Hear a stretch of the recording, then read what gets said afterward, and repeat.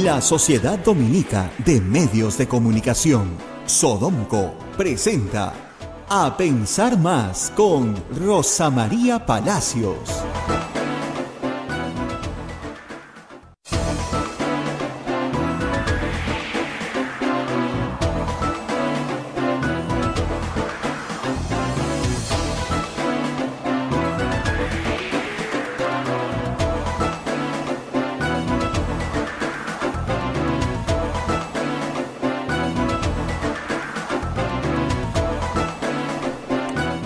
Señoras, señores, muy buenos días. Bienvenidos a Pensar Más con Rosa María Palacios a través de las emisoras de la Sociedad Dominica de Medios de Comunicación, Sodonco.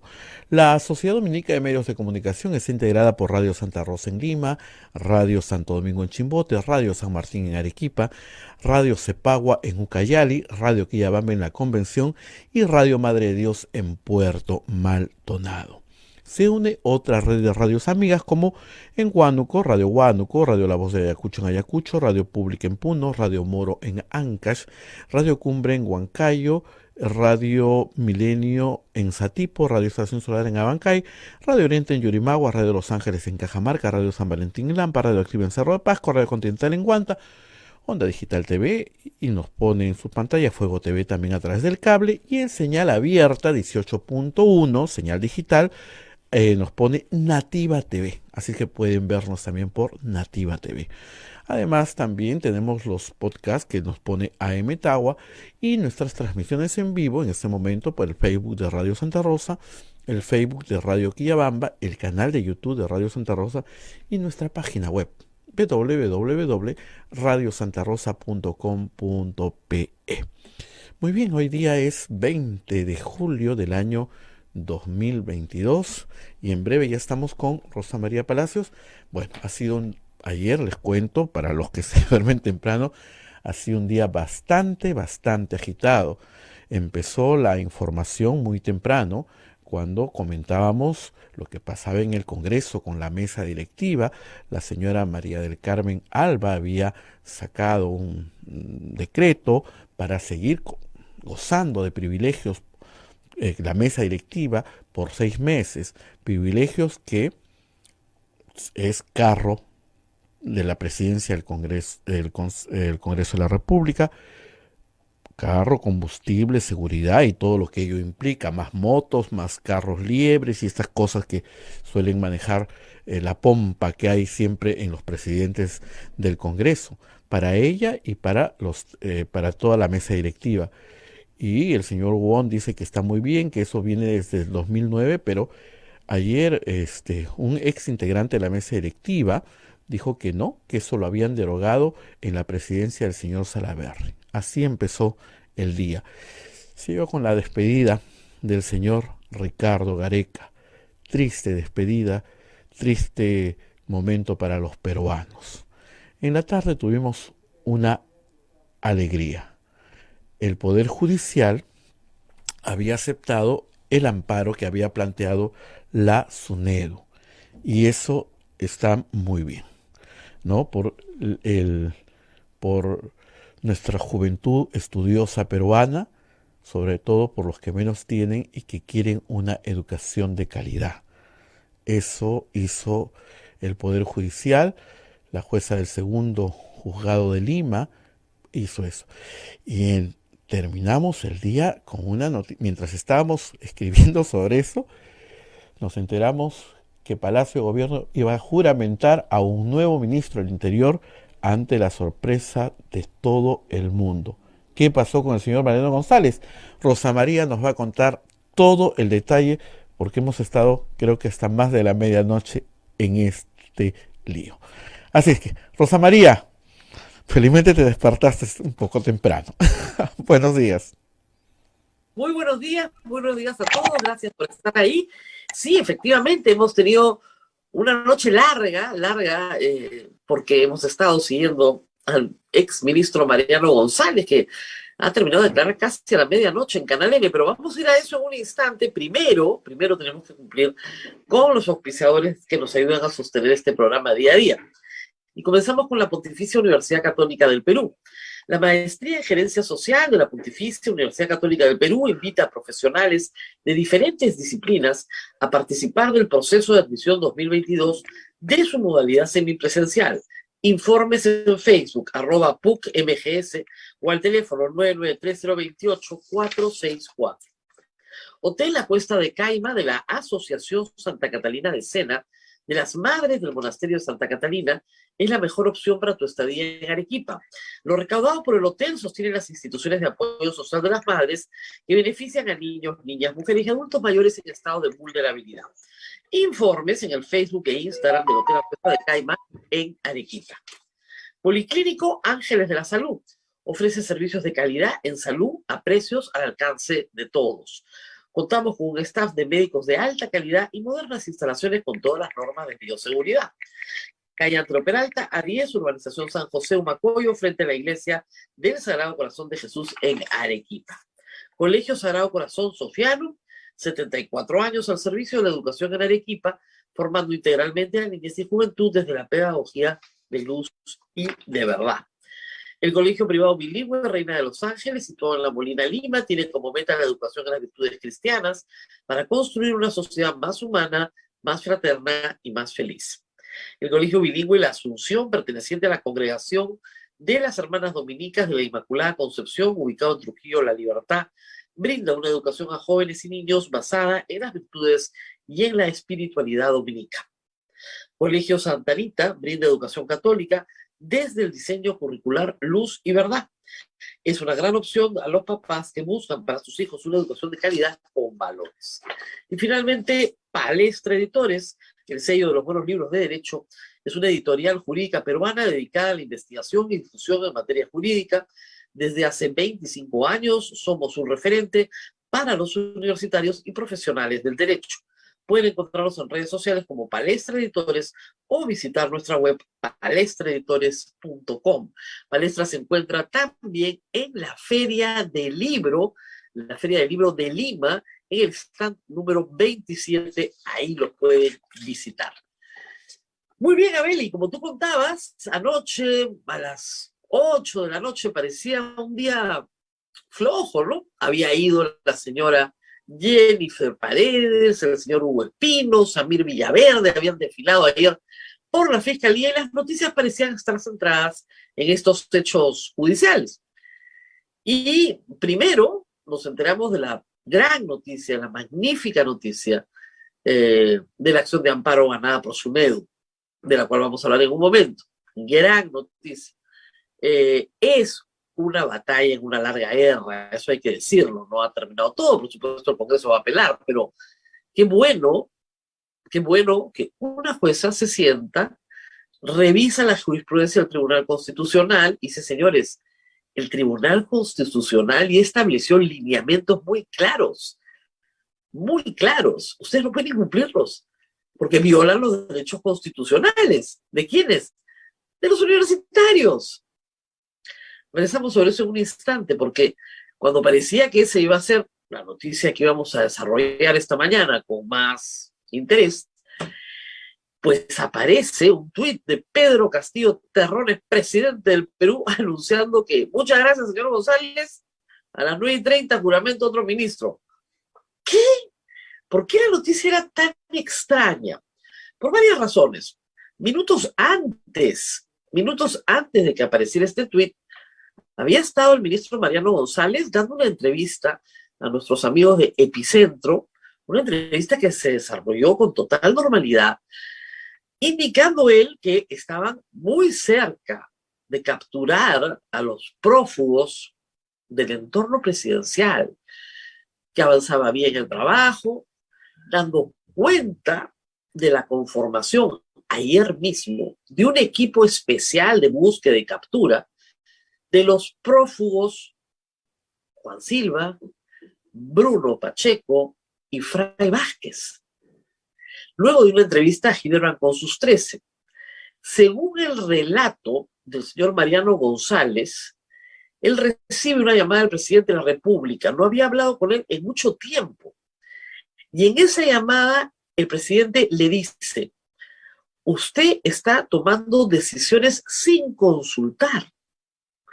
A lo que Mariano González le pide una reunión esa misma noche, ayer, hoy a primera hora. Y el presidente le dijo que ya le iba a avisar. 15 minutos después, Mariano González se entera por Twitter que ya no es ministro de Estado. ¿Cuáles son esas decisiones? Vamos a lo importante. Ayer en El Peruano se publica la resolución que establece un equipo de búsqueda muy importante, pero muy importante. ¿Por qué es importante este equipo de búsqueda? Porque no obedece a un capricho del ministro, ¿no? De ganas de fastidiar a nadie, sino a una evaluación del mejor personal en la Policía Nacional para la ubicación y captura de prófugos de la justicia. Entonces, lo que hace cualquier persona eficiente es decir, bueno, ¿cuál es el objetivo? La captura. ¿Quién es el mejor personal? Lo busco dentro de mi institución.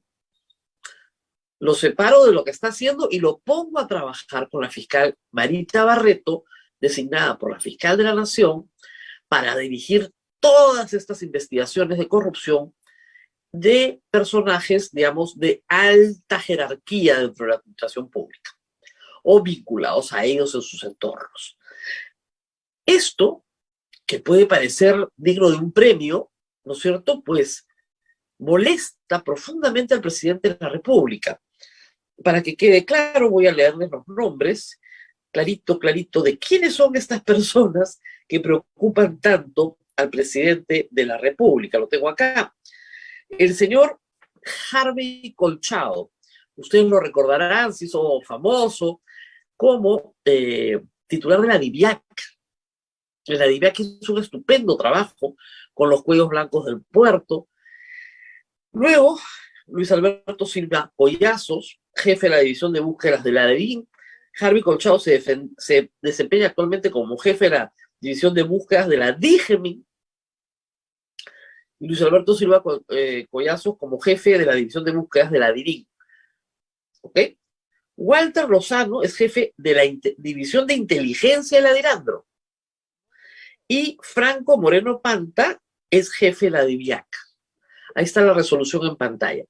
Los 4 coroneles, los 4 de la Policía Nacional del Perú, los 4 con una foja de servicios increíble, entre otras cosas la captura de Artemio.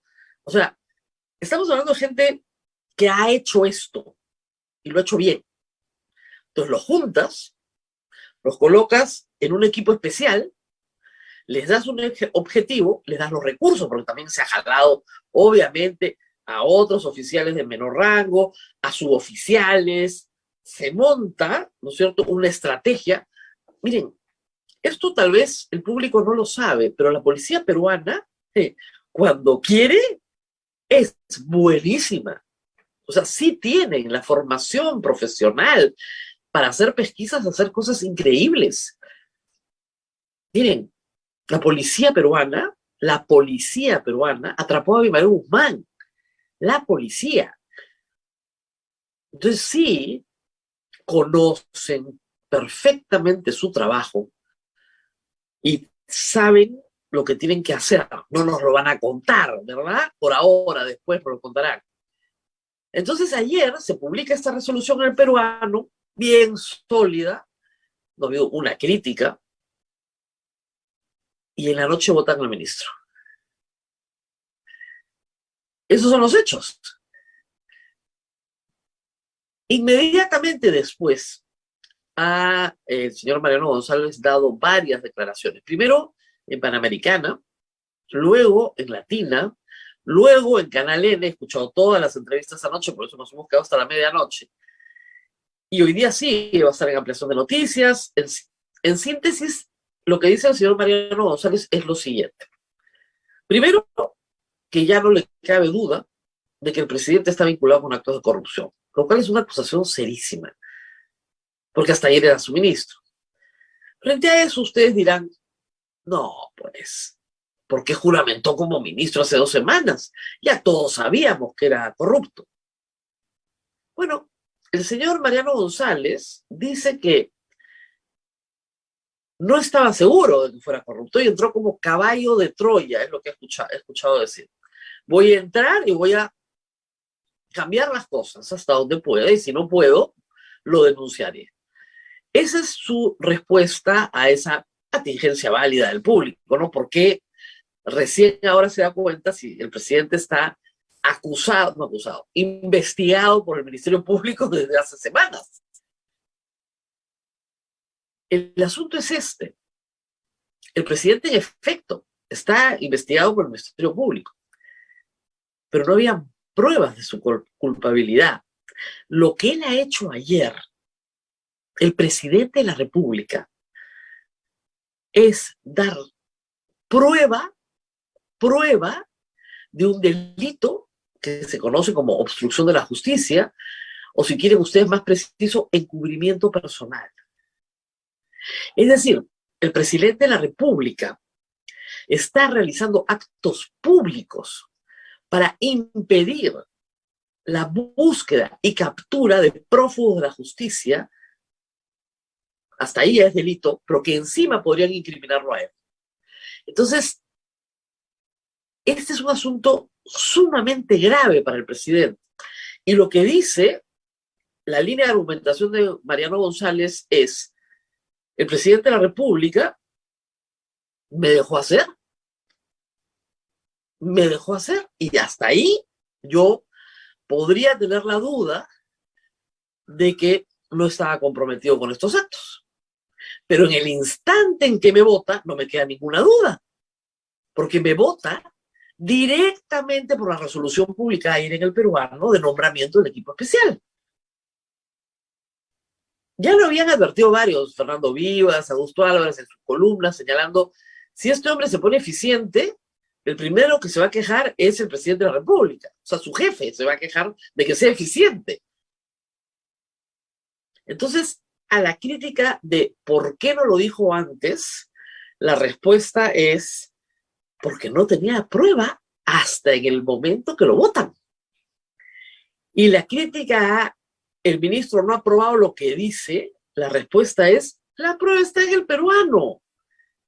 Las pruebas son la resolución de nombramiento del equipo especial y en el mismo día, en la misma fecha, la destitución del ministro del Interior. Ministro del Interior que tenía 2 semanas en el cargo. ¿Se entienden bien la figura, no? Porque hay mucha gente que se me confunde, que tiene que... No.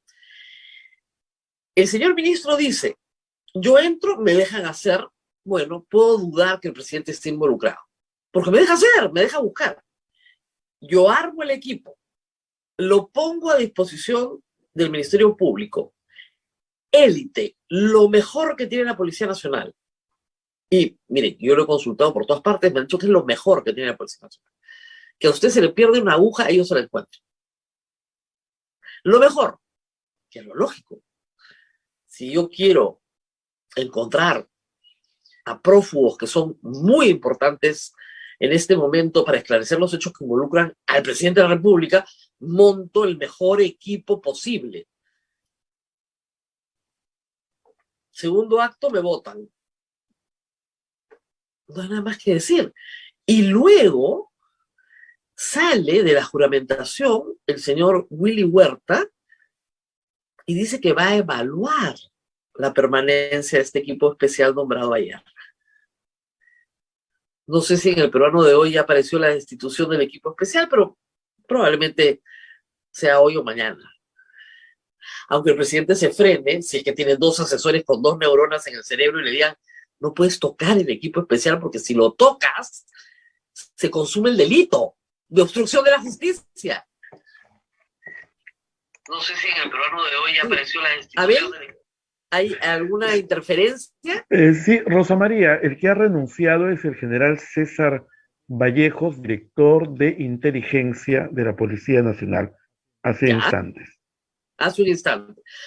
Y se van a seguir sumando. Esperemos que el equipo especial no se mueva, que no renuncien, ¿no? Por favor. Que no se muevan donde están. Además, no pueden renunciar, son oficiales de carrera, los asignan una misión, tienen que estar en su misión. El señor Willy Huerta, el ministro del Interior, es oficial de la Policía Nacional del Perú. En entró muy joven, en el año 79, me parece, tiene 35 años de graduado como Policía Nacional del Perú. En el 2017 pidió a su solicitud su baja, y viene de la Guardia Republicana. Anoche decía el exministro Valdés que no tiene ninguna experiencia en buscar a nadie. Su desempeño en los últimos años ha estado relacionado con tareas como abogado. Ha sido asesor legal de la Conferencia Episcopal del Perú, lo que habla muy bien de él. La Conferencia Episcopal es un sitio muy respetable para trabajar. Y desde el año 2020, antes de este gobierno, ocupaba el puesto de director de asuntos religiosos. En realidad es el director del Ministerio de Justicia que mantiene la relación con la Iglesia Católica.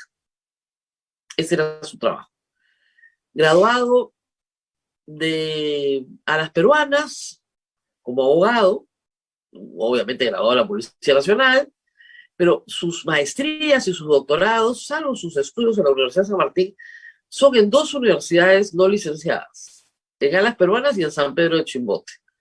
Pero por lo menos se ha dado el trabajo, ¿no?, de hacer los cursos, etc.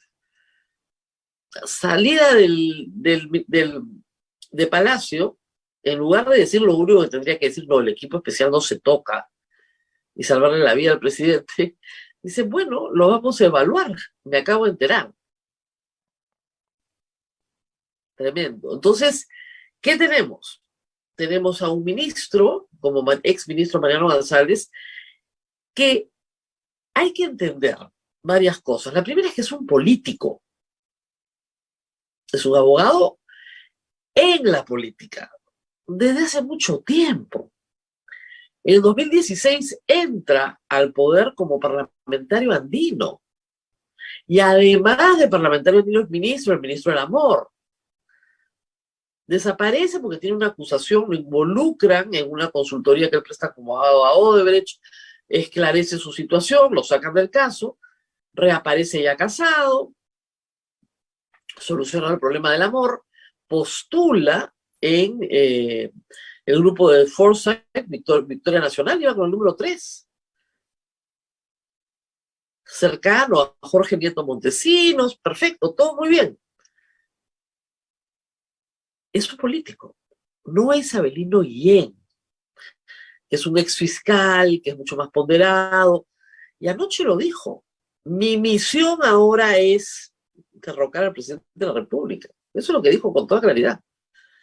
A eso me voy a dedicar, a que el Congreso haga su trabajo. Las declaraciones de anoche han sido muy fuertes porque, bueno, le dijo al señor Aníbal Torres que era un pobre diablo, que no sabía qué hacía ahí. No ha habido muchas protestas sobre la frase hasta el momento. Ha dicho que algunos ministros sí hacen bien su trabajo, el ministro de Economía, la ministra de Energía y Minas, Dina Boluarte, con la que parece haber tenido una buena relación, la ministra de Mujer, y punto, dijo, y punto. Del resto no voy a hablar. Qué feo. Bueno, estuvo solo 2 semanas, no los conoció mucho, eso es verdad también. Entonces, hay una situación en este momento crítica. Anoche se quedó el presidente hasta tarde con sus abogados y con el ministro de Justicia y el ministro de Cultura, que también son abogados y fungen de sus espadachines, pues salen a pelearse con la prensa todos los días. Pero sí está en una situación grave, porque, a ver, la prueba del delito del presidente de la República ahora está en el peruano. ¿Entienden lo que les digo? Anoche me decían, pero usted es abogada, entonces tiene que probar. ¿Qué aprobó, pues? Resolución de nombramiento del comité, destitución del ministro. O sea, usted no hace nada por encontrarlos. O se hace el que los está buscando, pero no los encuentra. Eso es lo que le ha dicho el presidente ayer con el despido por Twitter.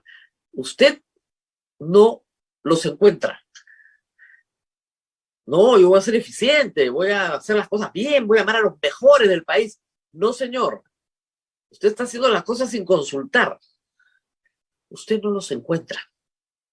Para afuera. Obstrucción de la justicia.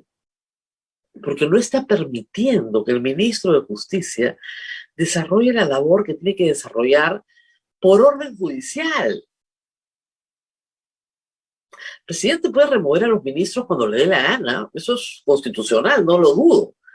Pero si la motivación para remover un ministro es que no se capture a los prófugos que son de su entorno y de acuerdo a la hipótesis fiscal de su organización criminal, estamos en otro escenario. Lo de anoche ha sido muy fuerte para el presidente, muy fuerte. Una torpeza mayúscula de parte de sus asesores, ¿eh? Pero mayúscula. Si durante su mandato se captura por este equipo especial a los prófugos, en algo se atenuará su pena.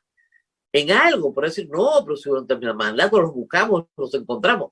Pero si no los encuentran, ¿cómo es posible que no los encuentren mientras él sea presidente? Está perdido, porque tiene un cargo más. Uno más entre los muchos otros que ya tiene. Y este sí está ocurriendo ahora, en flagrancia absoluta delante de todo el Perú. Ocurre ahora, aquí y ahora. Vamos a ver qué pasa en los próximos minutos y horas con el equipo especial. Y algo más. El señor Mariano González no le huye a la prensa, al contrario, le encanta. Le encanta. Y sé de varios periodistas que han tenido conversaciones con él en los últimos días privadas y otros, muchas públicas que se han hecho públicas a través de los medios, pero a todos les ha dicho que creía de buena fe que estaba muy cerca de atrapar a los prófugos. Que no podía hacer ningún anuncio, de así lo ha dicho en alguna entrevista, pero que estaban realmente muy cerca.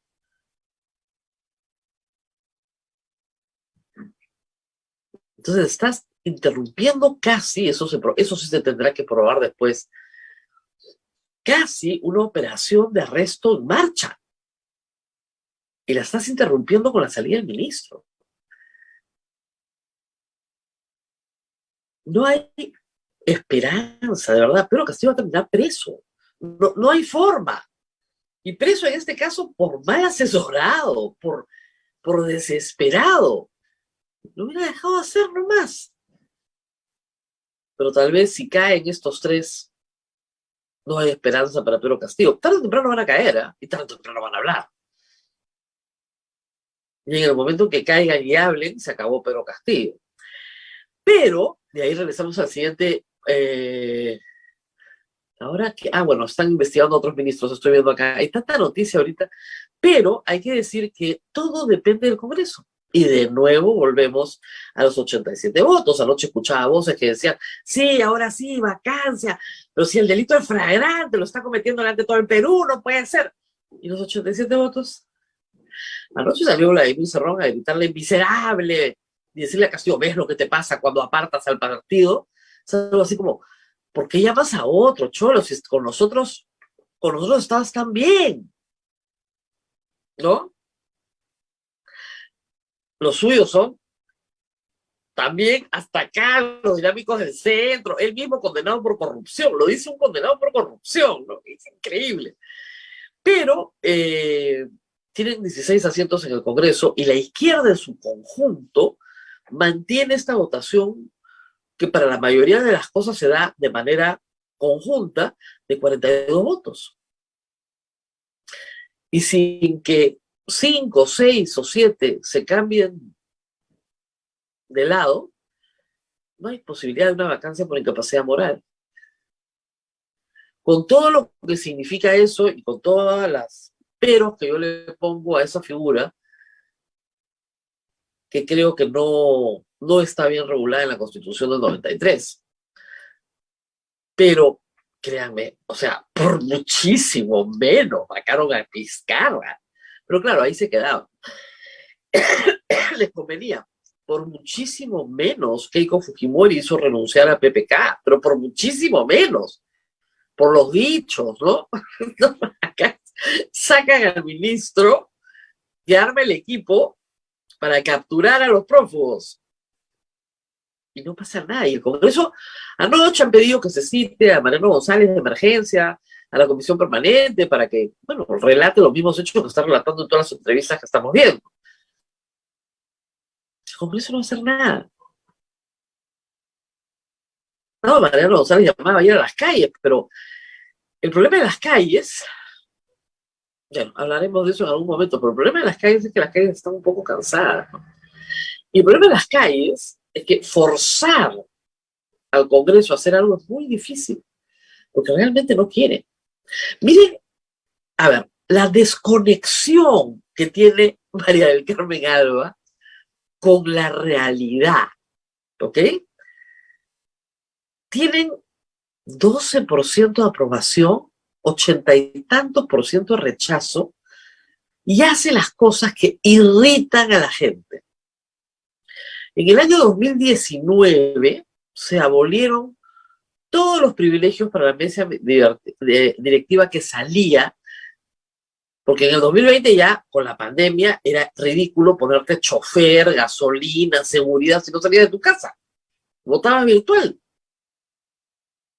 Han resucitado y por un chofer y un tanque de gasolina, estos matan, ¿eh? O sea, queman su prestigio por un chofer, uno de seguridad que los tiene que cuidar cuando nadie los va a atacar. Por Dios, qué pereza. Y ya tienen seguridad, ¿eh? Uno más, porque los hace sentirse importantes. O sea, tu importancia, tu jerarquía, depende de cuántos galones de gasolina te pone el Estado peruano. Una guachafería, pero sin nombre. Pero además, de mal gusto, ¿no? Lady Camones, que quiere ser presidente del Congreso, por supuesto, rechazó a todo el primer día, ayer. Cuando un oficio, no, yo no quiero nada. Olvídense, sáquenme las cosas. ¿No se puede pagar un chofer, la señora María Carmen Alba? ¿De verdad no puede con el sueldo que recibe? Sí puede, ¿no? O sea, si ella no quiere manejar, tiene quien le maneje, ¿no? Un tanquecito de gasolina, no, está muy cara.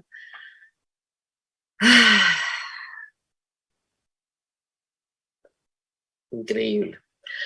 Esa es la desconexión del Congreso con la realidad peruana, pues. Y así estamos. Y luego han habido otras noticias importantes ayer, que no dejan de estar en nuestra preocupación. Son 8:33, no me queda mucho tiempo para recorrerlas. El ministro Prado ya le abrieron investigación en la fiscalía. A ese no lo votan por contestar a su sobrino. Increíble, increíble. Jennifer Paredes no estaba fugada, como era evidente, está en Lima, se presentó y dijo que en realidad ella era empleada o trabajadora, si quieren, en un sentido muy amplio, cuarta categoría, que hacía trabajos eventuales para el señor Espino desde el año 2020. Y el señor Espino dice que tiene una empresa que ha tenido 10 obras con el Estado peruano y que no es ningún improvisado. Esas son las líneas de defensa. Vamos a revisar bien toda esa historia porque la señora Jennifer Paredes le dice a la población: yo voy a llevar el expediente al gobierno central. Eso me piden en el gobierno central. Ella dice que no ha llevado nada, que no ha tramitado nada, pero organiza un censo. Dicen que esa obra ya estaba aprobada. Puede estar aprobada, pero no habían desembolsado nada y se necesitaba un concurso para ganarla. Entonces hay que precisar algunos asuntos que se van a precisar en la investigación. Y luego lo de lo Asunedo, que es una cachetada legislativa buenísima, buenísima de verdad. Hay que decir que esta es una acción de amparo presentada por SUNEDU y hay una cosa que se llama litis consorcio, esas palabras que inventan los abogados. Es decir, otro grupo se presenta y respalda a la SUNEDU, y son los profesores de Derecho Constitucional de la Pontificia Universidad Católica del Perú, Luciano López entre ellos y otros más. Entonces se presentan en litis consorcio y también demandan al Estado, es decir, en este caso al Congreso, que ajuste su conducta a la Constitución y a la jurisprudencia del Tribunal Constitucional. Y lo que dice la jueza en buena cuenta, en resumen, es que sobre la autonomía universitaria ya resolvió el Tribunal Constitucional y ya estableció que se necesita un control imparcial, externo a las universidades. Y que ese derecho de la comunidad universitaria a tener un control externo imparcial desaparece con la ley que han aprobado. Es verdad que la acción de amparo se inicia cuando todavía no se había votado la ley, pero la resolución sale cuando ya se ha votado. Entonces, al quienes dicen, no, porque el amparo es contra el proceso legislativo, no contra la ley. Miren, no compitan con leguleyos, ¿ya? Menos con los profesores de Derecho de la Universidad Católica, van a perder. Esto sube, obviamente el Congreso va a apelar, pero ya hay una resolución a favor y hay que celebrarla. Y en el caso de la universidad, y en el caso de SUNEDU también, y de 10.000 o 12.000 ciudadanos, hay una acción de inconstitucionalidad que creo que ya fue presentada esta semana. Entonces, por el lado del amparo y por el lado de la acción de inconstitucionalidad que va a llegar al TC, por los dos lados, yo creo que hay mucho que celebrar. Y que Esdras Medina entienda, con sus socios, que son 68, que no pueden tirarse la educación universitaria solamente para beneficiar a los intereses particulares de sus asociados. Y que esto tiene que pagarse, de verdad, tiene que pagarse en el proceso electoral que viene. Ahí están punteros en Lima, Podemos y Renovación. Dos partidos que votaron para tirarse la universidad peruana. No voten por ellos, pues. Búsquense otro, uno liliputense que esté por ahí, es mejor. Los partidos que votaron por destruir a la universidad peruana no merecen el respeto de los jóvenes peruanos. Y eso incluye a Perú Libre, incluye a buena parte de la izquierda, al final han sido 72. No voten por esos partidos. ¿Quieren dar un mensaje potente? No voten por partidos que son sediciosos, que son autoritarios, que trabajan para los intereses particulares de sus miembros. Busquen otros partidos. Finalmente, en una edición regional, los partidos nacionales les va pésimo por esta razón, porque están representados en el Congreso y todo el mundo los está viendo dando un espectáculo lamentable. Pero bien por el sistema de justicia. Y créanme, si pelean mucho, esto llega a la Corte Interamericana, no van a parar. Porque están tirándose abajo una de las poquísimas reformas importantes de los últimos 20 años, que ha traído mucho bien. Nos ha hecho bien esa reforma, a todos los que enseñamos en la universidad.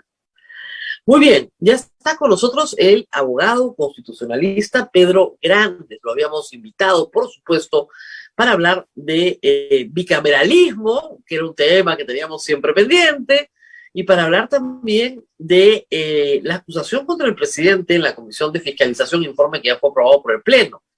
Pero creo que va a ser inevitable tener que pedirle auxilio en la situación que se ha suscitado ayer. La acusación del ministro saliente es que el presidente está cometiendo un delito flagrante. Y vamos a hablar de eso. Así que vamos a la pausa y regresamos con el doctor Pedro Grandes. Así es, Rosa María. Vamos a volver con el doctor Pedro Grandes, pero permíteme agradecer a Palestra Editores, el sello de los buenos libros de derecho, que invita a todos a participar en la Feria Internacional del Libro Lima 2022, que se desarrollará en el Parque Próceres de la Independencia de Jesús María del 22 de julio al 7 de agosto. A Palestra Editores puedes ubicarlo en el stand número 27 con la más completa selección de títulos jurídicos nacionales e internacionales.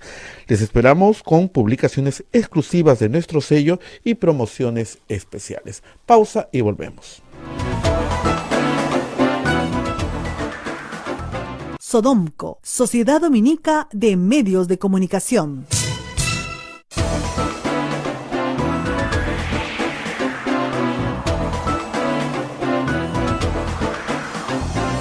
Continuamos con A Pensar Más a través de la red Sodonco y todas las emisoras que nos acompañan. Rosa María, hay mucha inquietud. ¿Qué es lo que va a seguir ahora o qué debe pasar ahora? Es lo que preguntan las personas. Si eso ya, lo ocurrido ayer con el señor Mariano González, sería un motivo para que el presidente deje el cargo. Bien, esa es la inquietud de todos en las redes sociales. Adelante, Rosa María. Lo entiendo perfectamente. Muchas gracias a todo el público que nos está escribiendo. Es primera vez que está el doctor Grandes con nosotros y voy a tener que abusar de su amabilidad porque lo habíamos invitado para hablar de la bicameralidad. Muchas gracias. Y de las posibilidades que esto tiene en este contexto, porque creo que es un tema muy importante, pero como usted comprenderá, doctor, es inevitable hablar de lo que ha dicho anoche el señor Mariano González y de su insistencia en lo que yo entiendo, una vacancia por incapacidad moral y que se active la sucesión presidencial asumiendo la presidencia de la República la señora Dina Boluarte. ¿Qué posición tiene usted frente a la vacancia por incapacidad moral a la luz de estos hechos? Hay que decirlo que son hechos muy diferentes a los hechos del pasado. Muchas gracias, Rosa María, en primer lugar por la oportunidad y también saludo a tu gran audiencia que sé que te escuchan al interior del país también. Les extiendo mi saludo a través de tu programa. Mira, hemos discutido tanto y probablemente estamos hablando de los artículos pues más memorizados casi ya en estos meses y años que llevamos discutiendo el tema, ¿no? A ver, yo he escrito algo sobre esto y mi idea fundamental es que aquí hay en el 113, desde mi punto de vista, dos formas, digamos, de declarar la vacancia. A veces no se repara en cómo se inicia ese artículo del 113, ¿no? No se refiere al presidente. En nuestro sistema constitucional no vacamos al presidente, sino que lo que hacemos es constituir un hecho o constatar un hecho objetivo que permite la declaratoria de la vacancia, ¿no? Y hay un solo hecho de destitución, que está en el 113.5, en el que la destitución de nuevo se configura con remisión al 117, ¿correcto? El problema, el inciso problemático es el de la permanente incapacidad moral. Y yo creo que hay que leerlo en clave en los términos en los que está escrito ese 113, que es constatativo de algo que ocurre al margen de, digamos, imputaciones, ¿no? Pero ese artículo 113 creo que le deja un margen a la representación nacional, porque dice declarado por el Congreso de la República. De nuevo, creo que se puede pensar en un acto constitutivo. Aunque suena un poco abstracto, yo soy profesor también de teoría del derecho, y en la teoría de las normas hay dos tipos de normas en los sistemas jurídicos. Unos que se llaman regulativas, que prohíben, obligan, permiten hacer cosas, y otros que se llaman constitutivas. Por ejemplo, en el Código Civil, una norma constitutiva es el matrimonio, ¿no? Confluyen dos voluntades con posibilidades de, digamos, sin ningún impedimento y se constituye una sociedad de gananciales, ¿no? Esa norma es constitutiva. Creo que en esos términos hay que leer el 113.2, ¿no? De la Constitución. Acá estoy. ¿Cómo se constituye, no? Creo que hay que entrar. ¿Cómo se constituye ese supuesto de vacancia? Ahora, creo nosotros siempre hemos leído, hay que decirlo, acá el 113, inciso 2, en realidad todos los incisos como causales objetivas. O sea, la presidencia vaca por muerte, la presidencia vaca por renuncia, hechos muy objetivos. Y el 103, inciso 2, objetivamente se refiere a una incapacidad física, muy objetivo. Sí. Eso sería moral. La parte, digamos, el núcleo duro en el que no hay discusión. No hay discusión, pero la incapacidad moral siempre la hemos entendido como incapacidad mental. Por lo menos así. Históricamente sí. Históricamente fue eso. Históricamente, pero en la teoría de la interpretación jurídica, digamos, los originalistas, como se llama en la cultura norteamericana, los que leen los textos a la luz de su intención original, no tienen mucho prestigio, digamos. Es más la interpretación que más... No, porque los textos mutan. O sea, eso sí lo sabemos todos. Y yo creo que aquí hay un espacio. Hay un espacio para que el Congreso pueda constituir un supuesto de vacancia bastante objetivo cuando se generaliza la inmoralidad. Y yo creo que hay que interpretarla A con mí, la esencia del cargo. El Luciano cargo López, dice... Luciano López habla de grave indignidad, Sí. flagrancia, un delito flagrante, por ejemplo.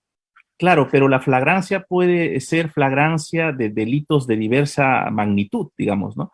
Yo creo que el concepto de la presidencia está de alguna manera en varios artículos, pero especialmente en el 110 de la Constitución. El presidente dice, personifica la nación. El Claro. tema es si con tantas dudas y con tantas sospechas y con tantas imputaciones que van surgiendo todos los días, podemos permitirnos los peruanos que una persona de esa, digamos, de ese nivel de dudas siga personificando la nación. Y ahí yo creo que la representación nacional nos puede dar luces. El problema es que esto se ha estado traficando mucho con el término de la permanente incapacidad moral y pasa Claro, como... ya se presentaron dos. Claro. Yo creo que Y debimos siempre reservarlo para supuestos tan extremos como creo que el que estamos llegando, ¿no? A eso voy. Este es un supuesto extremo, es decir, el presidente de la República destituye al ministro que arma el equipo el mismo día para buscar a personas a las cuales se les imputa asociación criminal con el propio presidente de la República. Sí, yo creo que por primera vez estamos ante un testimonio que viene desde dentro del gobierno. Esta es la primera oportunidad en que alguien desde dentro sale y nos dice que el presidente está respaldando actos de corrupción. Y creo que es muy grave lo que nos ha dicho. Pero muy grave. Más allá del dicho, que es gravísimo, por supuesto, está el hecho. Y a mí lo que me parece más grave es la probanza. Es decir, yo pruebo lo que digo con dos resoluciones. Yo nombro el equipo especial, me destituyen el mismo día. Sí, no necesito más prueba.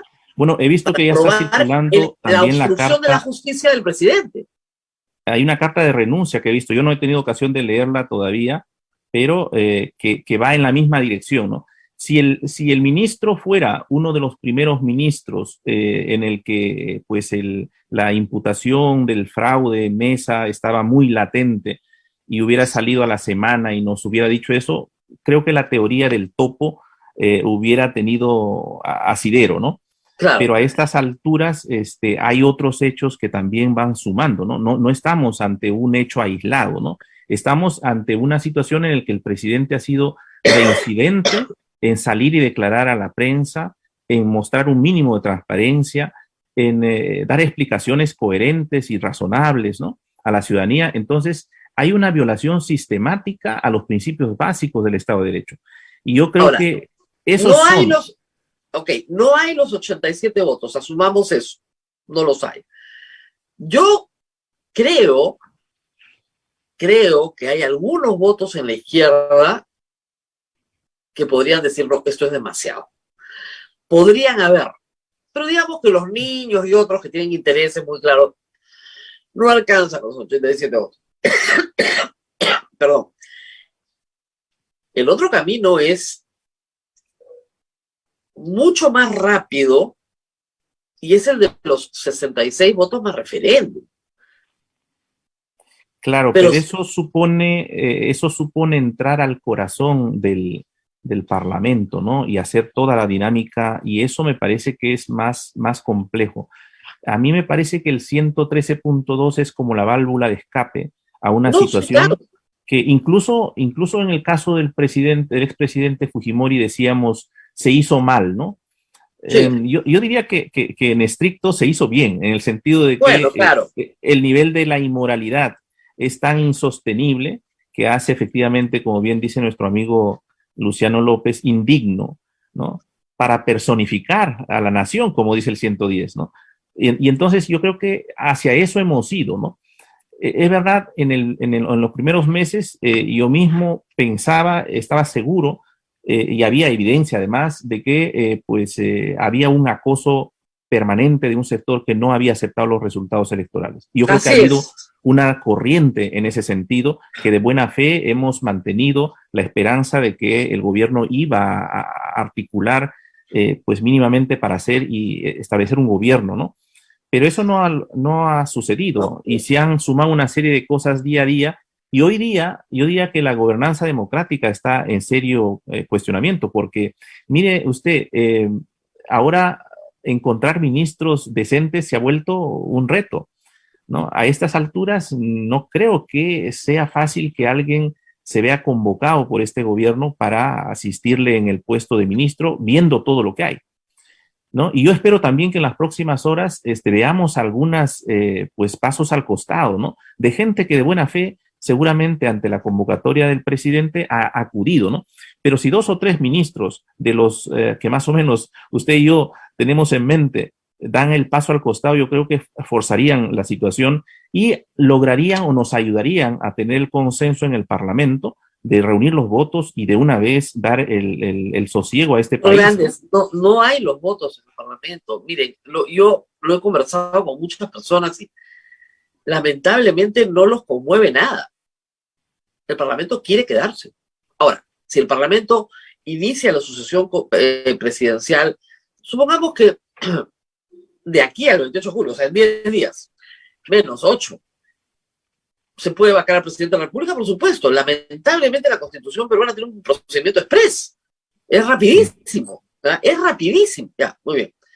Juramenta Dina Boluarte. ¿Cuánto va a durar Dina Boluarte, presidente de la República? Pues? Claro, creo que tiene que haber un pacto en ese sentido, ¿no? Si están dispuestos realmente a hacer lo que la Constitución dispone. Porque su único mensaje el 28 de julio tendría que ser, miren, vamos a convocar elecciones generales. Las convoco yo. Pero nos tenemos que ir todos.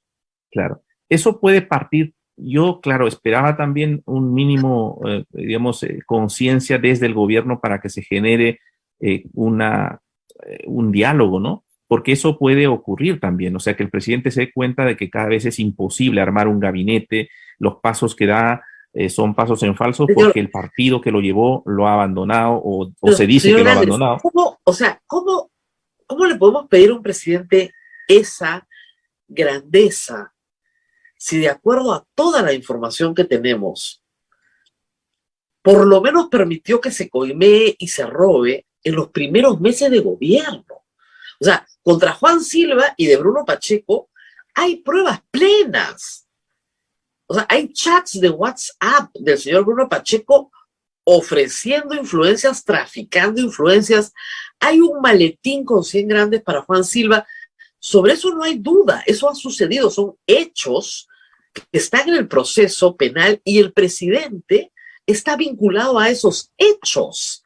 Entonces, yo no creo yo creo que eso es lo que tendría que esclarecerse con total objetividad, y lo que tenemos ahora, al menos en el testimonio de alguien que ha sido hasta el día de ayer su ministro del Interior, es que tenemos un testimonio fundamental, que es que el presidente estaría usando todo el poder que tiene un sistema presidencial, ¿no? Con todo lo que eso significa, para obstaculizar el avance de las investigaciones de esas serias imputaciones que vienen detrás, ¿no? Claro, entonces no es nada menor lo que tenemos al frente, ¿no? Estas imputaciones vienen de personas que no se demoraron ni un día, pero ni un día en empezar a robar en el gobierno.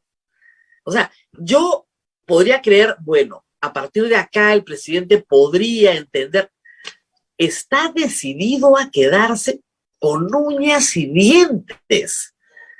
Y se va a quedar. Probablemente a estas alturas es que no le queda alternativa, ¿no? Y entonces claro, el tema se vuelve más complejo, ¿no? Por eso yo creo que ese supuesto extremo que tenemos ahí, nosotros hemos sido muy cautos, ¿no? Porque el nivel de disputa que había después de los resultados electorales, acudir inmediatamente claro, a ese artículo no era el fraudismo, el fraudismo terminó trabajando para Pedro Castillo. Eso se ve ahora con claridad, ¿no? Eso se ve. Les decía, están trabajando claro, para y que terminamos, Pedro Castillo se quede. Y estamos, digamos, aminorando lo que en cualquier otra circunstancia sería realmente grave lo que estamos viendo, ¿no? Lo estamos, digamos, disminuyendo su relevancia. ¿Por qué? Porque hemos visto del otro lado que han habido excesos, pues hemos estado en el medio de un fuego cruzado en el que se han ido a extremos, ¿no? Pero mire, es como esos perritos que ladran, y uno abre la puerta y el perrito te mira y se queda mudo. Bueno, así es el Congreso peruano. Es lamentable, pero hemos llegado a un nivel, claro, y el problema es también la reacción, la falta de claridad para la ciudadanía, ¿no? La ciudadanía ve que, digamos, si el Congreso lo vaca, pues no sabemos las reacciones, porque la ciudadanía está con mucha incertidumbre y siguen creyendo, mucha gente, honestamente, sigue creyendo de que pues hay un complot permanente contra el presidente. Y eso que es verdad. O sea, yo no existe, discuto exactamente. eso. La conspiración de la derecha peruana ha sido desde el primer día. Pero sí Claro. es verdad también que el presidente de la República, desde el primer día, se ha organizado con un conjunto de personas que probadamente han cometido delitos. Ha Y ido yo no acumulando voy a los fijar, o sea, argumentos para los vacadores, ¿no? Yo creo que ahora ya no tienen que especular nada, ¿no? Solamente tienen que nada, o hacer sea, un probablemente recuento. si el maletín, yo siempre digo, cuando yo escuché en el audio, acá hay 100 grandes para ti, te mandan la maleta, dije, fin, terminó el gobierno, pues ya, o sea, listo. Salvo que Pedro Castillo Sí. pues Yo salga y diga, esperaba, yo no, fíjese, Rosa, yo esperaba anoche, antes de irnos a dormir, pues una conferencia de prensa del presidente con su Consejo de Ministros en pleno, yo también. dirigiéndose al país, ¿no? Y esas cuestiones que uno espera como básicas de un gobierno democrático, no las vemos y entonces yo creo que nos da más argumento a los que creíamos con honestidad de que hay que respetar hasta el último momento lo que se ha decidido en las urnas, pues estamos ante un gobierno que es incapaz de asegurarnos mínimamente pasos de gobernabilidad democrática, ¿no? La otra, que no es tan complicada, demora, por supuesto, porque estos hechos dramáticos fuerzan a salidas muy rápidas, ¿no es cierto? Normalmente son quiebres constitucionales, pero quiebres. Pero si el quiebre no se da, la otra es la derogatoria del artículo 117 de la Constitución. Con 66 votos y un referéndum se deroga.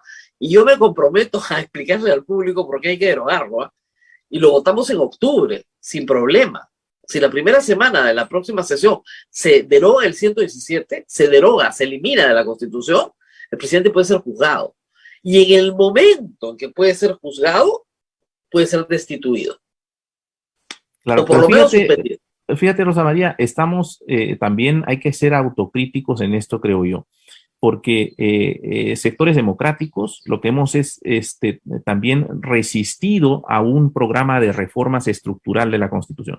Y toda esta parte de los acuerdos políticos y institucionales, digamos, está mal en el diseño constitucional del 93.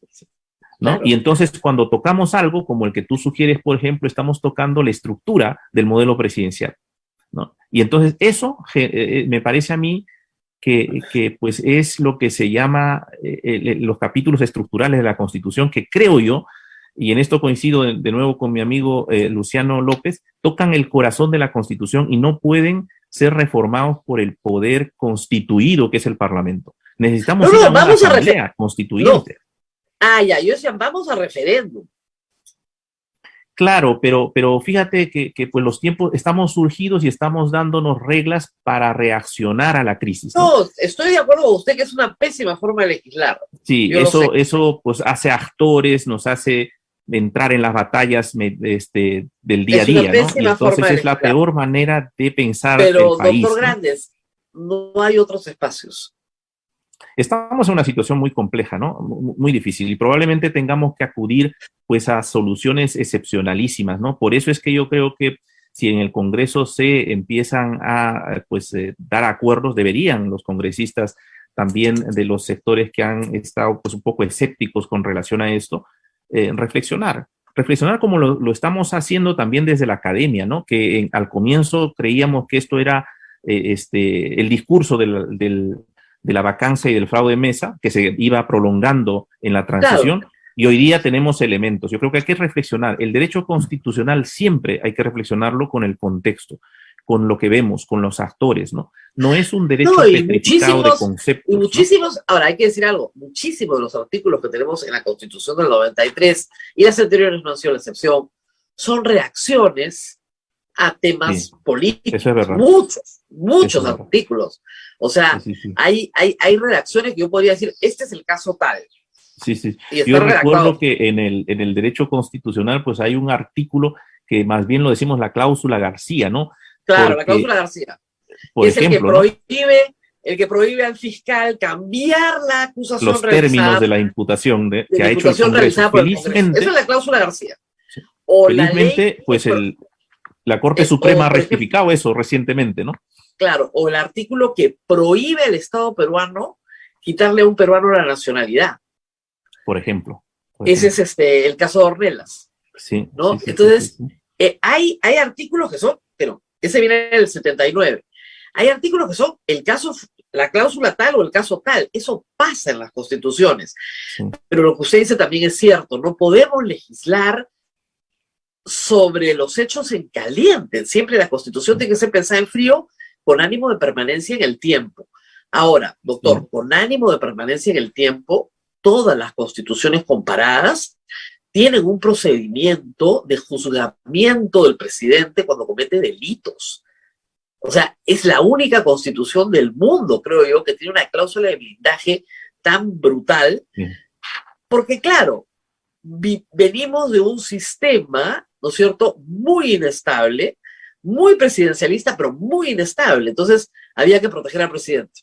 Es curioso si pensamos, ¿no? Fíjate que en esto, todos los especialistas serios que yo conozco, ¿no? Empezando por el profesor Eguiguren, por ejemplo, que probablemente es entre nosotros el que más ha trabajado esta parte de la Constitución, pues siempre han venido diciendo desde la transición, desde el año 2000, la necesidad, bueno, primero de ir hacia una nueva Constitución, ¿no? Claro. Y luego de, pues, ampliar los supuestos del 117, ¿no? Yo aquí, si me permites, Rosa María, yo quisiera pedirte, porque sé de la audiencia y que tienes y de la importancia que han sido lo importante que han sido tus opiniones en estos debates. A mí me apena ver que el tema de la sustitución constitucional, el proceso de una constituyente, se haya monopolizado en un sector radical de la izquierda. Me parece que hay argumentos racionales para, desde perspectivas o concepciones de centro democrático, razonar sobre la necesidad de que el ciclo de la Constitución del 93 el problema, doctor Grandes, es que el peligro, yo lo entiendo como profesor de Derecho Constitucional, yo también quisiera cambiar todo el artículo de la estructura del Estado, pero el problema es que la izquierda peruana no quiere cambiar ese capítulo, lo que quiere cambiar es el capítulo económico de la Constitución. Bueno, pero hay algunas cosas que probablemente yo escuché incluso a sectores de la CONFIEP dispuestos, por ejemplo, a ver cuántos contratos ley hay hoy día. No existe, ya hoy no existe. Claro, es o sea, lo que digo es que en sectores también no, probablemente obviamente están dispuestos. Porque son fetiches de la izquierda. Yo he tenido a la señora Verónica Mendoza en este programa diciéndome que la educación no era un derecho constitucional, porque no ni siquiera han leído la Constitución. Sí, hay un tema ahí, ¿no? A mí me parece que la lección... Pero el problema, lo que sí te pueden tocar es el rol subsidiario del Estado. Mire Chile, te pueden tocar la propiedad privada, te pueden tocar la libertad de empresa, la libre exportación de capitales y el libre ingreso de capitales, te pueden tocar la libertad cambiaria, eso te lo pueden tocar.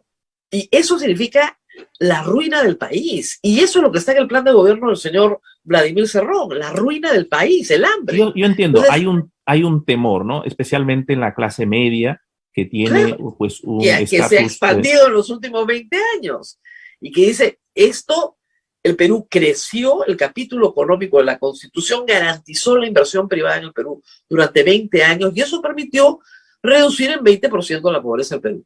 Sí, pero no se lo vamos a regalar. Si me permites, también una verdad, ¿no? Una verdad, que es que hoy día me parece que el modelo no está dándole seguridad ni siquiera a las empresas.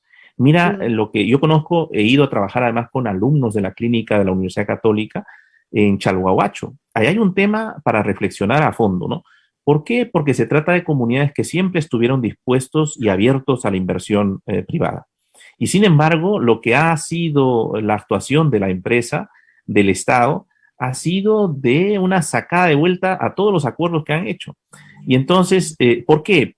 Porque no hay instituciones que les garanticen mínimamente condiciones para negociar de igual a igual con la gran empresa. Claro, lo que pasa es que los pedidos son un poquito ¿Cómo le puedo decir, claro. doctor? Es que la comunidad Exagerados. se ha dado cuenta de que no hay Estado de Derecho, pues. Entonces, cuando Exageraditos. no hay Estado de Derecho, le saca la vuelta la empresa o lo saca la vuelta también el informal. Eso hemos visto en nuestro país. Es una cosa de Entonces, loco. creo que son temas de fondo en el que no hay que tener temor a entrar a discutir.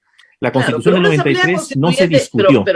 Pero, señor Grandes, una asamblea constituyente con 130 congresistas, en un esquema donde estamos las mayorías subrepresentadas, porque el esquema electoral no nos representa, lo único que va a producir es una constitución autoritaria y conservadora. Lo único que va a producir hay que imaginar escenarios. Mire, en la transición a mí es jugarse la vida. En la transición democrática estuvimos dispuestos a entrar y entregarle a la Comisión de Constitución la preparación de un proyecto. Sí, no, y el APRA lo impidió. Eso está escrito ahí y está en una ley que está vigente. Yo tengo el anteproyecto. Henry Piz preparó el anteproyecto. ¿Y qué pasó? Y viajó por las regiones del país, ¿no?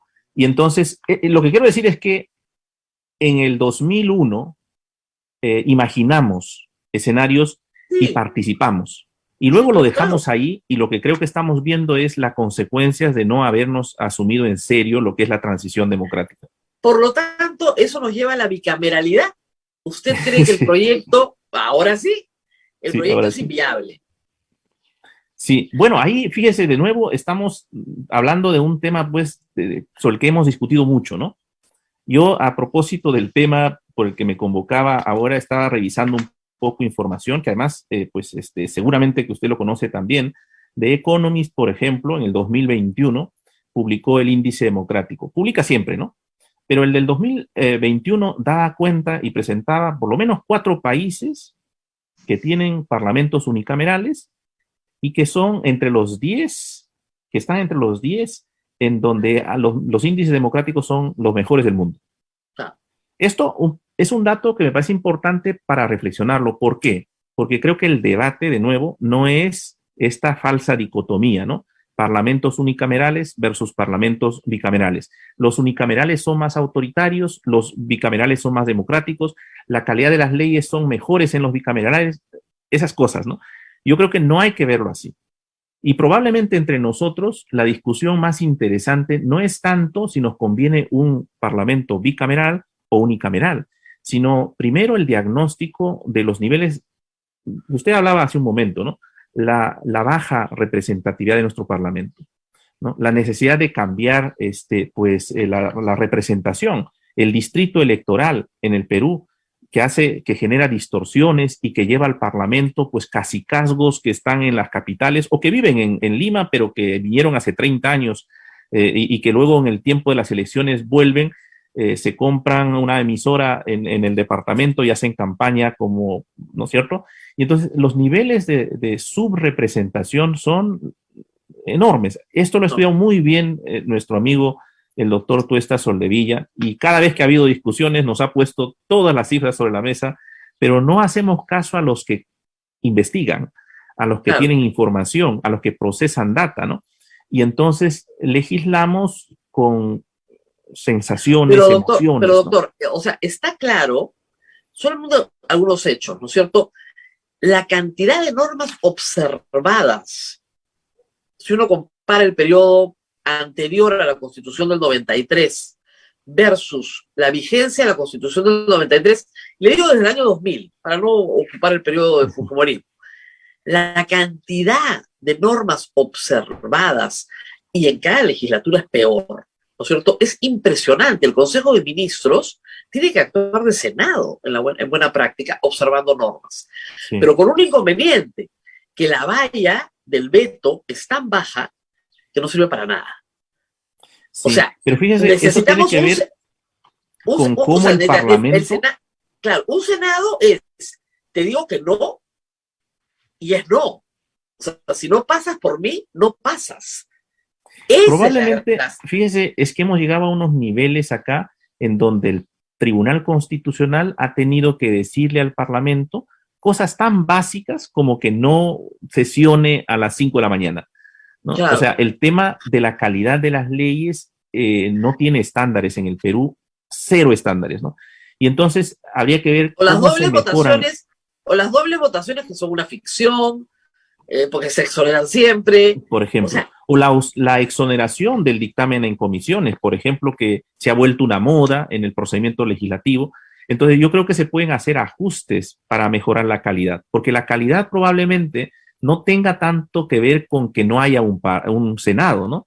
Sino con que lamentablemente, y esta creo que es la reforma de fondo al que hay que ir, los partidos políticos han colocado en los últimos años a grupos de interés que legislan en beneficio propio. Y entonces ahí no va a haber calidad de ley que lo salve, no hay procedimiento parlamentario que mejore eso, en ¿no? el parlamento corto, o sea, el famoso parlamento del 2020-2021, creo que aprobaron más de 20 normas inconstitucionales así declaradas por el Tribunal Constitucional.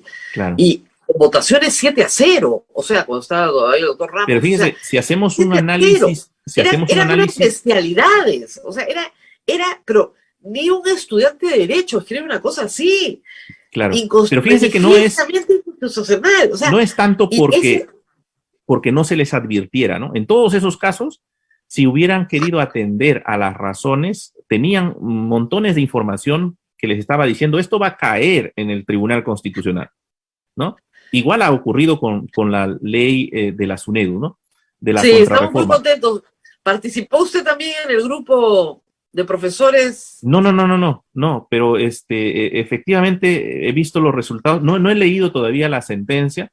Yo ahí tengo un comentario que si me permite luego lo puedo decir, Claro. pero lo que decía es que en realidad el problema del Parlamento creo que no es tanto el que no haya un Senado, sino que no tienen escrúpulos por imponer las agendas de intereses de grupos que pues ahí no hay constitucionalidad que les salva, ¿no? Es decir, si quieren hacer la contrarreforma, lo pueden hacer porque tienen poder nada más, ¿no? No, siempre hablamos de esto a veces con el doctor Pedro Cateriano, la Constitución está escrita no pensando en que los que detenten el poder sean todos unos delincuentes. Nadie escribe una Constitución pensando eso. Bueno, vamos a escribir pensando que el Consejo de Ministros, los congresistas, los miembros de los poderes del Estado, todos son delincuentes. No se escribe así. Se escribe pensando en que personas, digamos, van a hacer política, van a buscar el bien común. Por eso Exacto. se escribe una Constitución. Exacto. No se escribe, no es un código penal. No es un código penal, es una Constitución. Pero eso, lamentablemente, doctor, está, como usted dice, chocando con la realidad. Una realidad terrible para el Perú, pero terrible. O sea, lo que hemos visto con porque efectivamente, si analizamos todas esas leyes que han caído, siempre hay intereses que son de grupo, ¿no? O sea, las leyes de favor, como se llamaban clásicamente, ¿no? Y eso está reiteradamente ocurriendo, ¿no? De favor, claro, yo veía hoy día el tuit de la presidenta de la Comisión de Constitución que, claro, en términos conceptuales decía cómo es posible que una juez traiga abajo lo que ha decidido el pueblo, ¿no? En la representación. Y claro, es no entender el concepto básico del Estado constitucional que funciona con controles, ¿no? La definición que hacemos los profesores en la primera lección de Derecho Constitucional es que el Estado constitucional es una democracia limitada, ¿no? Y que pues los límites son de diversa índole. Uno de esos límites son los controles judiciales a la legislación, ¿no? Y lo ha dicho el tribunal 1000 veces y lo dice la teoría 1000 veces. No hay área que esté fuera del control constitucional. Mala suerte los señores congresistas. Miren, y eso sucede en cualquier parte del mundo. O sea, ustedes recordarán durante el gobierno de Donald Trump, un juez le paró todo el programa migratorio. Completito, le dijo, no señor, usted no puede tratar así a los migrantes. Un juez. Sí, y estamos hablando del país en donde existe el concepto de political questions, ¿no? O sea, digamos, la posibilidad de que efectivamente, pues que sea la declaración de un estado de guerra, por ejemplo, ese parece ser todavía un acto intangible para los jueces, ¿no? Es el único, pero todos los demás... Probablemente, ¿no? Hay algunas cosas que, claro, se puede hacer un ensayo para un poco, pero la idea, el ideal regulativo del Estado constitucional es que no hay zona que no tenga controles, ¿no? Claro, y que los estudiantes, en este caso, los beneficiarios de la educación universitaria, tienen derechos. porque su derecho está consagrado en la Constitución, no solo en la Constitución peruana, sino también en la Convención Interamericana. Entonces, el derecho a obtener una educación de calidad está garantizado, y el TC ya se pronunció.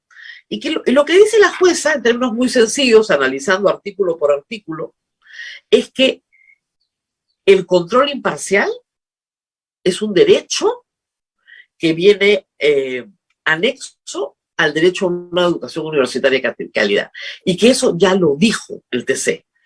Por lo tanto, se ha violado el derecho a un control imparcial, porque las normas aprobadas no garantizan la imparcialidad del control.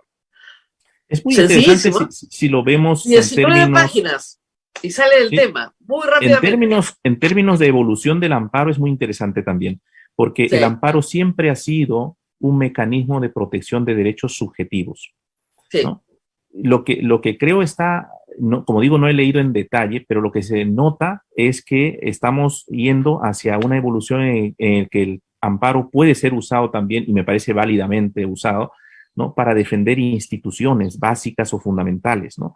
Y la universidad es un bien común, ¿no? La educación superior es un bien común. Exactamente. ¿No? Es verdad que se puede argumentar vinculándolo con el derecho de cada ciudadano a la educación. Pero como institución, la universidad me parece que hay que defenderla como un bien, no del mercado, sino un bien común, un bien que produce ciencia, cultura, conocimiento, ¿no? Claro. Es el artículo 18 el que cita la jueza. Claro. O sea, la educación universitaria tiene como fin la formación profesional, etcétera, etcétera. O sea, eso, el Estado garantiza la libertad de cátedra y rechaza la intolerancia. Todo eso que está en el artículo 18, eso es lo que defiende. Pero lo que es interesante es que no usa doctrina, no. Resoluciones del TC. Solo resoluciones del TC. Y en esto el tribunal ha sido bastante coherente, ¿no? Fue el tribunal el que dio la voz de alarma para ir hacia el cambio, ¿no? Fue el tribunal el que promovió la instauración de la superintendencia, y además definió el perfil de la superintendencia, ¿no? Que tenga cierta imparcialidad, objetividad, ¿no? Exactamente. Y eso es lo que se está desarticulando con esta contrarreforma, ¿no? Así es. Entonces, muy interesante, muy sencilla, 19 páginas, no hay más. Yo estoy seguro que será materia de análisis y de discusiones en la academia, porque digo, va cambiando un poco la perspectiva, ¿no? Una institución del Estado como SUNEDU, pero no cualquier institución, ¿no? Sino una institución vinculada con la protección de bienes que nos interesan a todos, como es la SUNEDU, ¿no? Claro, va a ser apelada, que utiliza obviamente. Un mecanismo apelada, propio de protección de derechos fundamentales. A mí me parece muy interesante. Y lo que va a ser más interesante, doctor, que creo que es la prueba de fuego para este TC nuevo, es la acción de inconstitucionalidad que ha planteado también con 12.000 firmas el Consejo Nacional de Educación. Esto va a, creo yo, marcar la cancha del TC. Yo espero que... Yo estoy convencido. Yo lo decía también va a decir quién es quién. Hace unos días yo participaba en un evento muy importante que organizaron unos académicos en la Universidad de San Marcos, con la profesora Carlota Casalino, que es una investigadora que está muy involucrada en el proceso de reforma de la universidad. No son autoridades de la universidad actualmente en San Marcos, que lamentablemente, como sabemos públicamente, pues han estado apoyando la contrarreforma, ¿no? Este es un grupo de profesores con el profesor Burga también a la cabeza, ¿no? Bueno, ahí la reflexión importante era cómo la universidad también necesita estos espacios de defensa, ¿no? Y cómo el Tribunal Constitucional ha defendido una cierta concepción de universidad. Y lo que decíamos en ese espacio era que pues ha habido acusación en la composición actual del Tribunal Constitucional, ha habido un rumor y ha habido fundadas, digamos, temores también de que se esté copando el Tribunal Constitucional. Será la prueba de fuego, porque los jueces hablan con sus sentencias y además en este caso tenemos la jurisprudencia del propio tribunal, ¿no? Yo creo que es la oportunidad para que los magistrados, nuevos magistrados, nos digan que están del lado de los derechos, que están del lado de las instituciones, sí, pero si no, y que pueden ser un poder de contrapeso al Parlamento, que es lo que interesa aquí, ¿no? Claro, pero si no nos dicen eso, ya sabemos quiénes son. Entonces hay que ir a la Corte Interamericana. Yo creo que se puede ir a la Corte Interamericana a luchar por hay que ver en su momento, ¿no?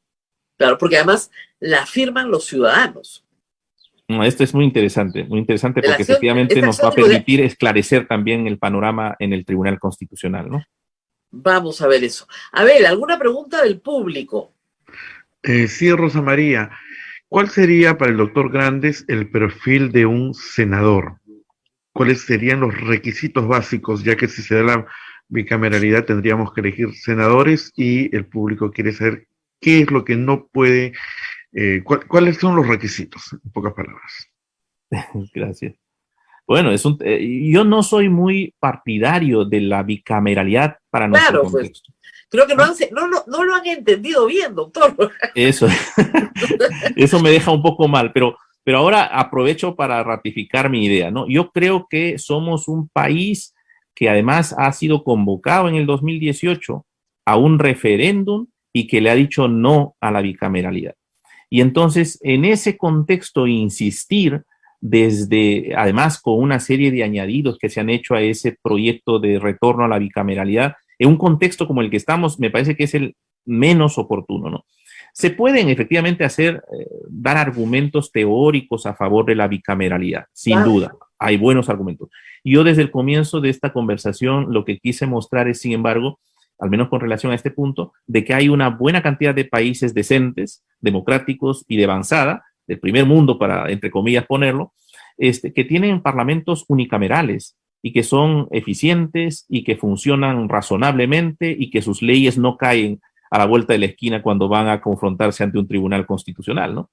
Aquí estamos así, estamos en un país en el que pues sale la ley del Parlamento y en la siguiente semana ya está en el Tribunal Constitucional, que funciona en la práctica como una cámara de revisión, ¿no? Claro.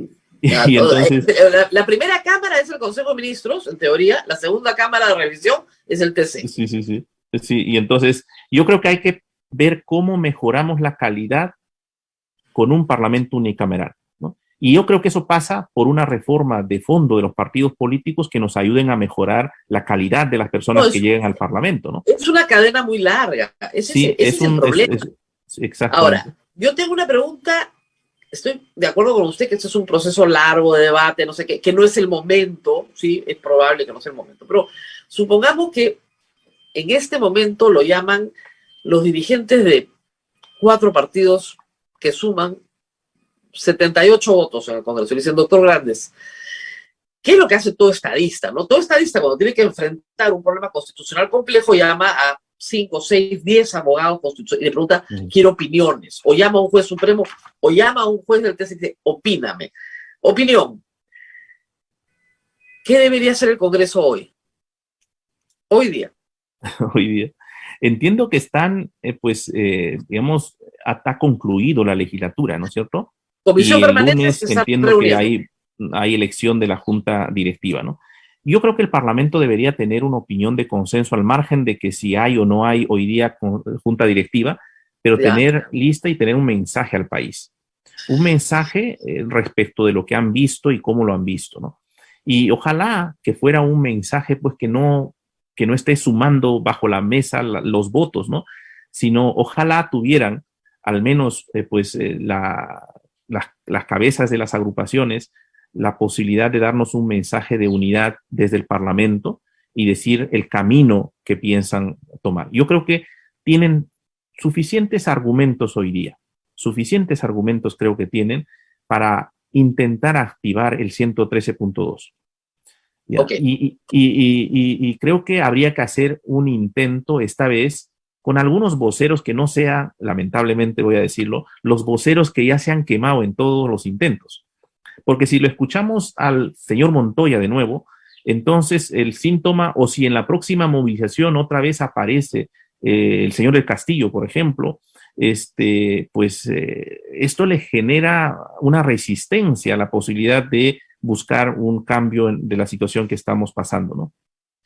¿Usted cree que el Congreso puede activar el 113 inciso 2? Yo creo que deberían intentarlo esta vez con personas que sumen desde una perspectiva racional. No podemos vivir en una situación de ingobernabilidad como la que estamos hoy día. Es una pregunta difícil la que le voy a hacer. ¿Pasa el test de constitucionalidad? ¿Cómo? ¿Pasa el test de constitucionalidad? Yo creo que se han acumulado elementos que nos muestran una situación de absoluta inmoralidad en ejercicio del poder de la más alta magistratura. No podemos leer el 110 hoy día. El 110 dice que el presidente de la República personifica a la nación. Y este país se merece más respeto. Se merece un presidente que dé la cara cuando hay estas graves acusaciones, que por lo menos nos diga algo, pero ya no sabemos bajo qué circunstancias el presidente puede salir y aclararnos las cosas, ¿no? Entonces vivimos de especulación en especulación y no podemos seguir así, creo yo. Claro, y el Congreso está entusiasmadísimo en su negociación por la mesa directiva, cuando hoy día debería darle una respuesta al país también. Así como el presidente debería salir a dar la cara, el Congreso también tendría que salir a dar la cara, y ninguno de los dos poderes del Estado lo está haciendo. Y no me refiero a voceros, ¿no? Sino gente que pueda salir a decir, bueno, este es el camino y vamos a persuadir a todos de llevarlo a cabo. No hay liderazgos tampoco, doctor. Ese es un problema bien... Es que creo que hemos cometido un gran error, ¿no? Nos hemos, digamos, confrontado y hemos eliminado los centros, ¿no? Se ve muy fácilmente. Esta es la democracia del Twitter, ¿no? Entonces, o estás en un extremo o en el otro, y es muy lamentable lo que ha ocurrido, ¿no? Probablemente esto es una cuestión que hay que recuperarlo en los próximos meses, ¿no? Es decir, empezar a encontrarnos, empezar a buscar en medio de esas disputas que hemos tenido, qué cosas nos unen. Y creo que nos unen la necesidad de tener un país gobernable, ¿no? Que no se vaya al hoyo todo, ¿no? Hemos avanzado muchísimo, incluso en medio de la discrepancia respecto del modelo, por ejemplo, del modelo económico, ¿no? Sin embargo, yo creo que se puede en una mesa reconocer los logros que hemos tenido en los últimos años en eso. Y yo creo que todo eso está en riesgo en este momento. Muy bien, muchísimas gracias por haber estado con nosotros. Ha sido el señor Pedro Grandes, que ha estado con nosotros esta mañana. Abel, no sé si queda alguna pregunta más. José María, te he mandado la carta que del general César Vallejo, ¿no? De inteligencia. El segundo párrafo es bien claro, ¿no?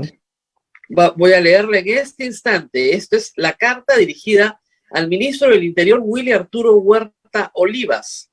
Los motivos que me impulsan, segundo párrafo, a tomar esta trascendental decisión radican en principios ético-morales de índole personal y mi total respaldo a las intenciones de carácter democrático que asumimos junto al señor exministro Mariano González Fernández para combatir de manera radical a la delincuencia común y criminalidad organizada, que tanto daño viene haciendo al país, habiendo aceptado desde la propuesta que me hizo cuando estuve a cargo de la Dirección General contra el Crimen Organizado del viceministro de Orden Interno, de apoyar su gestión con total honestidad y lealtad, encaminando la labor de inteligencia en el sector interior y articulando a los entes de inteligencia e investigación más importantes y especializados de la Policía Nacional para complementar de manera efectiva las labores del Ministerio Público y del Poder Judicial. Debo agregar con todo respeto y honor a la verdad que asumí este compromiso de servir a mi patria con total interés y voluntad de hacer las cosas bien, en el área encomendada y siempre en cumplimiento de la Constitución Política del Estado, resultando lamentable esta desatinada decisión del señor presidente constitucional de la República de remover de su cargo, sin justificación de valor alguno, a una persona honorable y bien intencionada que solo quería recuperar la confianza y el respeto de la ciudadanía, cumpliendo y haciendo cumplir la ley, buscando garantizar la tranquilidad, convivencia pacífica y seguridad personal y patrimonial de la población. Esto lo firma el señor coronel de la Policía Nacional, César Manuel Vallejos Moy. Tremendo. Y van a continuar renuncias. Espero que no renuncie el equipo especial, porque queremos ver cómo el nuevo ministro, por orden del presidente, trata de desactivarlos hoy. Y eso solo abonaría a agravar la situación del presidente de la República, aunque esta ya es grave porque el delito ya se consumó. Es decir, obstrucción de la justicia ya se dio anoche. Creo que los abogados del presidente no le están contando la verdad. escuche a otros que no sean Chero y Salas, pues contrate a gente un poquito mejor y de repente, señor presidente, en efecto, usted públicamente ha cometido un delito y de repente le va mejor. Hay buenos abogados, hay muy buenos penalistas, llámelos. Muy bien, doctor Grandes, íbamos a hablar de la bicameralidad y este debate interesante, si es bueno, si es malo, argumentos pro y en contra, y mire usted lo que hemos terminado. Y le agradezco. Mucho. Me he sentido muy cómodo conversando con usted. Bueno, todos los que hemos estudiado tanto derecho constitucional nos sentimos muy cómodos hablando entre nosotros, así que estamos muy contentos. Muchas gracias. Y, un abrazo y buenos días. Hasta muy pronto. Buenos días. Muchas y gracias. Abel, yo me Buenos despido días. hasta mañana. Así es, Rosa María. ¿Por qué está tan contenta Rosa María Palacios? Porque hay noticia. Cuando hay noticia, tenemos razón para vivir. Hay mucha noticia hoy. Y sí, estamos todos un poquito alertas, ¿no? Estos días van a ser bastante movidos, bastante complicados para el Perú. Pero en las próximas horas, todo depende del Congreso. Todo depende del Congreso. Y que el Congreso entienda que el pueblo también puede castigar no solo al presidente de la República, sino también al Congreso. Que entiendan que lo que se juega aquí es mucho más grande que sus pequeñísimas parcelas de poder. Muy bien, Abel, nos tenemos que despedir. Bien, Rosa María, cuídate bastante, nos reencontramos mañana. Chao, chao. Chao, chao.